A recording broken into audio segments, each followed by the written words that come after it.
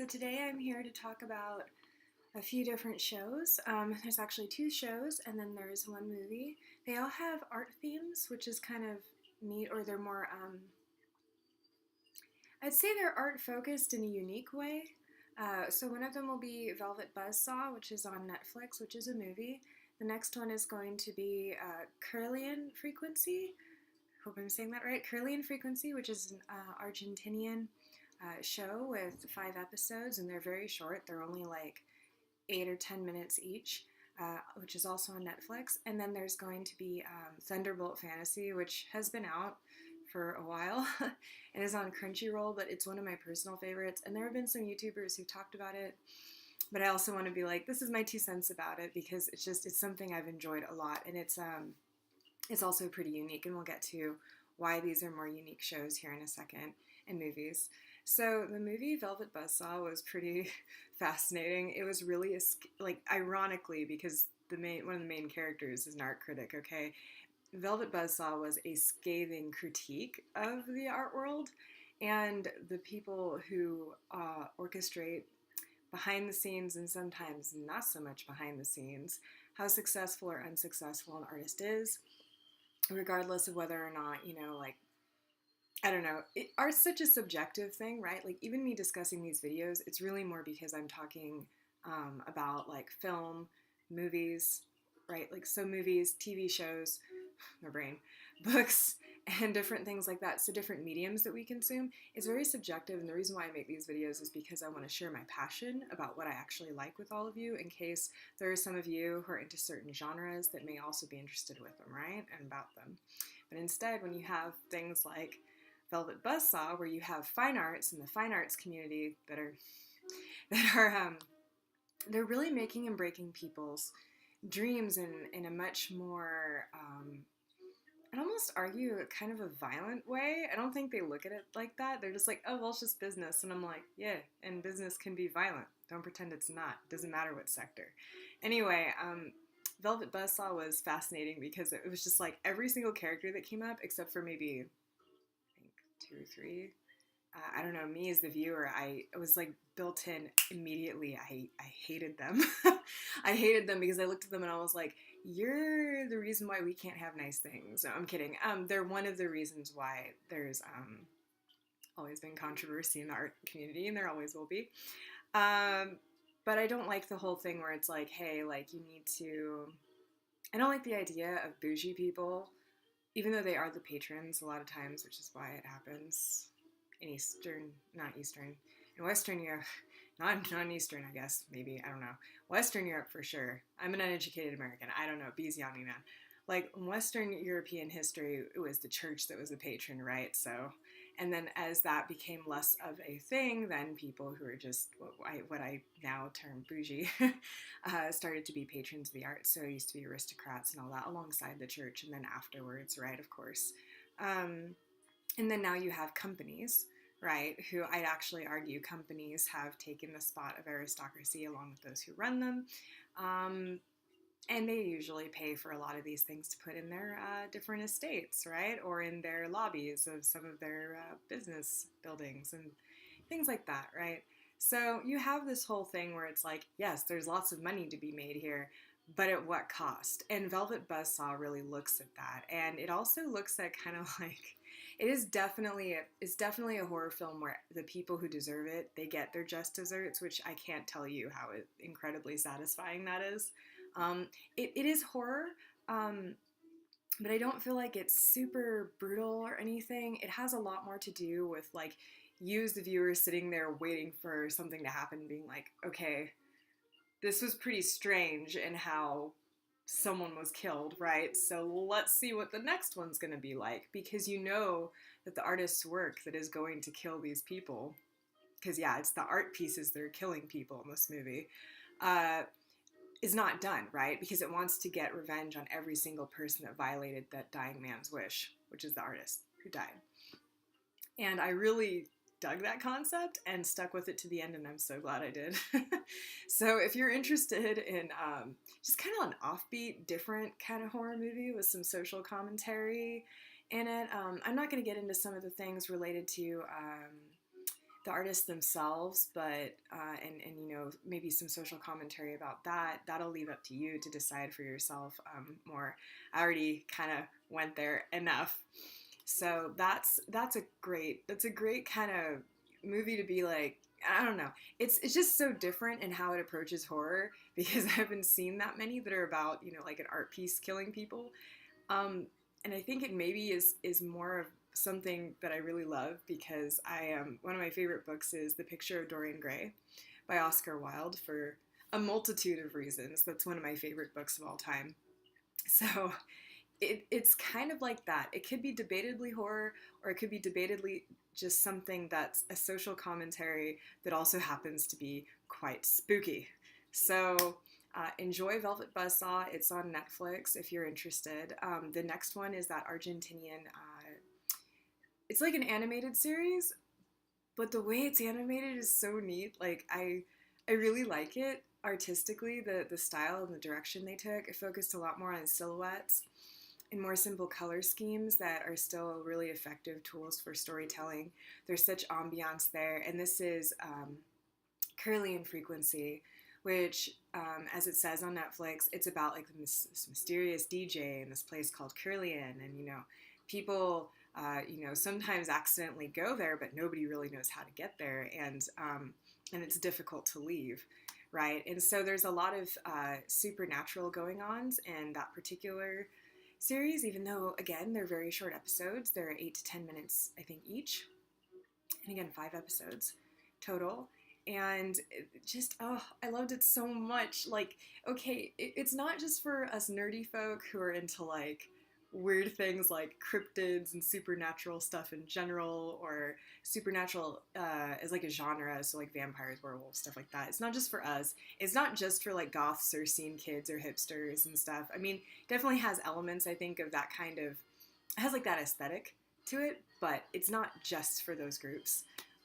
If you're kind of a person who is interested in or grew up with Adult Swim shows, like here in the United States, so like more like their adult animation shows, usually have a lot more gore and other things in them, Metalocalypse. Anyway, you're probably gonna like this show. Or if you grew up with Invader Zim, it kind of made me think of that, and it definitely made me think of Roman Dirge's web cartoon series, Lenore, the Cute Little Dead Girl, which was also a comic series.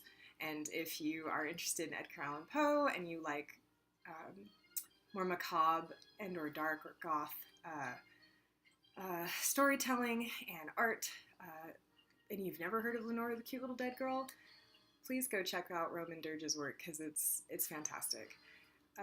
So that was Kirlian Frequency. Again, the other note to this, by the way, is because it focuses on a DJ, part of the episode each time is just more like watching almost a music video. And it's kind of like, I love it so much. That part's really cool. So there's this, like I said, it has a really neat approach to storytelling. It's not just the animation. It's the animation, it's the way they use sound, like the tape recording as evidence for these different radio shows, which you're not sure why there's tape of that. That hasn't been revealed yet. And all these different like files, like again, like that old school magnetic tape resonance kind of thing on a playback. Just different effects like that just really give that show character. And I'm just gonna keep gushing about it, and I'm just want to be like, thank you for making that, because I want more, and I love you for going there, and I gotta see what is really going on in Kirlian. So I'm really hoping that there's more to it. Although it was weird when I was like looking at it first, I'm like, Kirlian, that sounds familiar. And I was like, oh, Kirlian photography. Don't know what it is? Try Googling it. It's pretty trippy and debatable stuff. So it's controversial, like a lot of things, right? Especially in like the supernatural woo land material type stuffs. So I'm getting like all excited. One of the last things I want to talk to you about today is I think it's a Japanese, Taiwanese, again, it's Thunderbolt Fantasy. Other YouTubers have talked about it. It's on Crunchyroll here in the United States. I think it's in a few other countries too. I think they have the licensing for a few other regions. Anyway, it's a Taiwanese, Japanese glove puppetry show, and it is really cool. I first started watching it being like, I don't know, because I thought it was going to be like the Thunderbirds. I don't know if any of you know that like old reference to that puppet show that my dad watched when he was younger. But I grew up with Jim Henson, you know, all his different things that he worked on, like Fraggle Rock, Muppets, right? But, you know, like the Dark Crystal and stuff like that. Shows that also like Lamb Chops, which had puppets, or Mr. Rogers' Neighborhood, which had King Friday the 13th, and all their little kind of world with their little sets and the different puppets in that too. So puppetry is something that, being that I was born in 1989, I saw a lot of the reruns that were 80s shows that were like that. And then there was still some media that was either being rerun or produced then that still used puppetry, or, you know, more physical, tangible things, not CGI, right? So I miss seeing that. I miss seeing that kind of thing. That's part of why also I really like stop motion animation, is the same reason. And I've always been really interested in like special effects, makeup, and just all that kind of stuff. All as stagecraft, and then like makeup and special effects and different types of animation that are very hands-on in a way that drawing is not. So 2D, the way that's just different, right? Anyway, this is a glove puppetry show. It's I think by the two companies Nitro Plus and Good Smile Company, and it is basically an adventure series. And it's a good old-fashioned adventure series, and I like it a lot. And you have like this wandering swordsman, and then of course there's some kind of, you know, terrible tragedy that befalls people, and then, oh no, that tragedy might spread across the entire land. So one of those kinds of, you know, stories. And of course you have the mischievous character, right, the trickster, and you have all the different folks. And in the second season you arguably have the bard that shows up, and that was great too. I actually enjoyed the second season more than the first, which I didn't think was possible, and it happened. Thunderbolt Fantasy is just really unique. There's not really a show like it out there. I feel like a lot of times people are interested in shows that are like that, or movies that are like that, that use older mediums, right? And are trying to adapt them for today's storytelling and all of that. And Thunderbolt Fantasy does that fairly seamlessly when it comes to its sets, when it comes to its special effects too, especially in like battle. Oh my god, the battle scenes in Thunderbolt Fantasy, like you never ever thought that somebody could make a puppet fighting look badass, and that show does. It is so cool. And they mesh CGI attacks really well with that kind of action, because the puppets are still there. It's just the only thing that's CGI is their attacks. And it doesn't look, at least to me, it doesn't look out of place. I don't find it distracting. I don't find it like it takes away from anything. I feel like it adds to it. It just makes it so much more visually interesting. And the music is also really good. I've enjoyed the music. The voice acting's great. One of the most interesting things, I think, when it comes to puppetry in particular, is people's ability to put a personality into the puppet, right? Knowing full well that puppets, unless they're rigged a certain way, like more like almost like a ventriloquist. I'm thinking of a ventriloquist dummy, which is different. But just bear with me here. I'm thinking of an example where the eyebrows could move or something. And even in Jim Henson, he had puppets like that, right? Where that can move and things. But if you have ones that don't, which these glove puppets do not always have that level of expressiveness, they still, in Thunderbolt Fantasy, are able to convey a wide range of emotions despite that. I mean, you know, their mouths don't move either. And yet somehow, for me, that was not an issue. I was like, oh, well, their mouths don't move. Who cares, you know? Everything that I need to know about each character is conveyed by the voice actor. It's conveyed by the puppet, the puppeteer, the person who's operating the puppet, and the body language and all that, and the feeling that that conveys creates the whole character. And it's really awesome to watch. So I really recommend that series if you're like me and you grew up with some puppet kind of stuff, or maybe you're interested in that and seeing something new, something different. Like, and it's funny because it's not like new, right? Puppetry is really old, and so is the adventure storytelling. I mean, it's like a hero's journey, but like not entirely. I'm losing my light. The desert's being rude today, like it normally is. It's just cool. So I guess I'm kind of done gushing about those three pieces of media. So again, it was Velvet Buzzsaw, it was Kirlian Frequency, both on Netflix, and then there is Thunderbolt Fantasy, which is on Crunchyroll. Note that Thunderbolt Fantasy has 2 seasons. One of them it's fairly, it's not like super long, but it's fairly long. If you don't want to do season 1 and you just want to get caught up, they actually do have a movie available on Crunchyroll, and please note that half of the movie is a recap of the first season, and half of the movie, it's almost half, maybe it's less than half. It's like the other part of it's kind of this extra story between 2 characters that I'm not going to spoil it for, which is pretty cool. I kind of enjoyed that little arc. It was neat.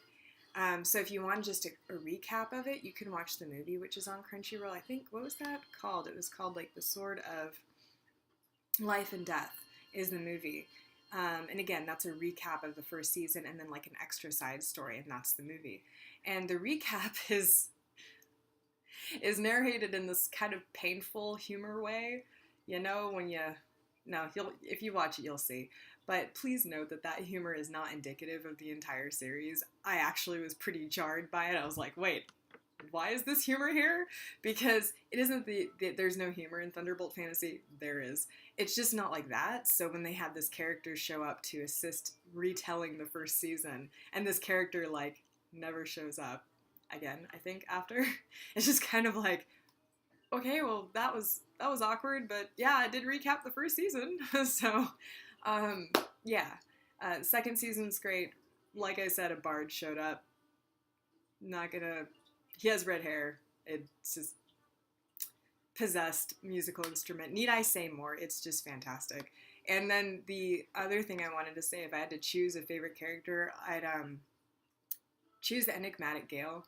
And part of it's because I'm already a sucker for like the white-haired anime characters. But his aesthetic is somewhere in between that and kind of like J-rock almost. Yeah. So the major part of why I like the Enigmatic Gale is because of his attitude and the role he fulfills in the story. Yeah, I don't really want to talk about it more than that because I feel like if I did, it would be spoilers.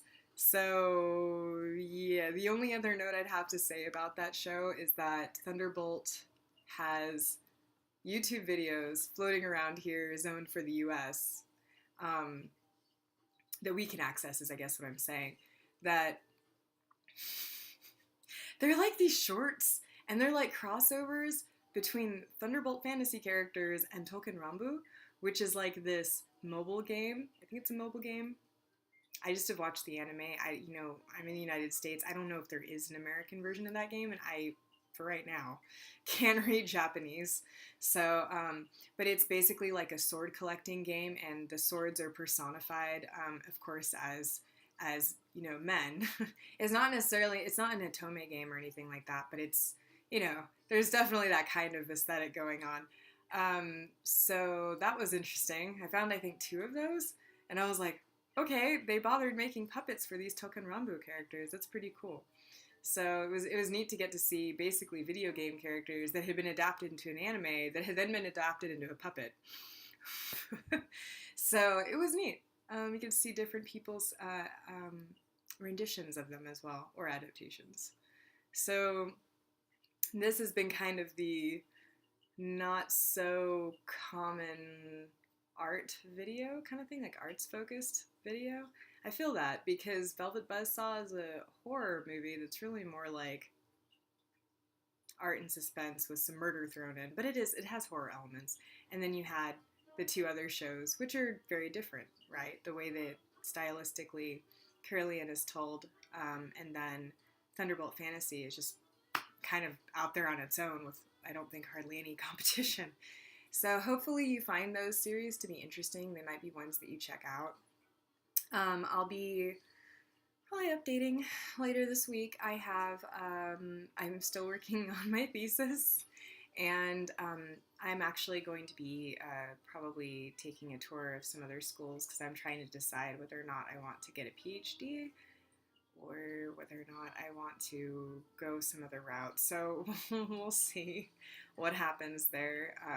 And I have another follow-up appointment with my orthopedic surgeon to check out on the hardware that they installed onto my spine in December. So hopefully those things go well, and I hope you are well. So until next time.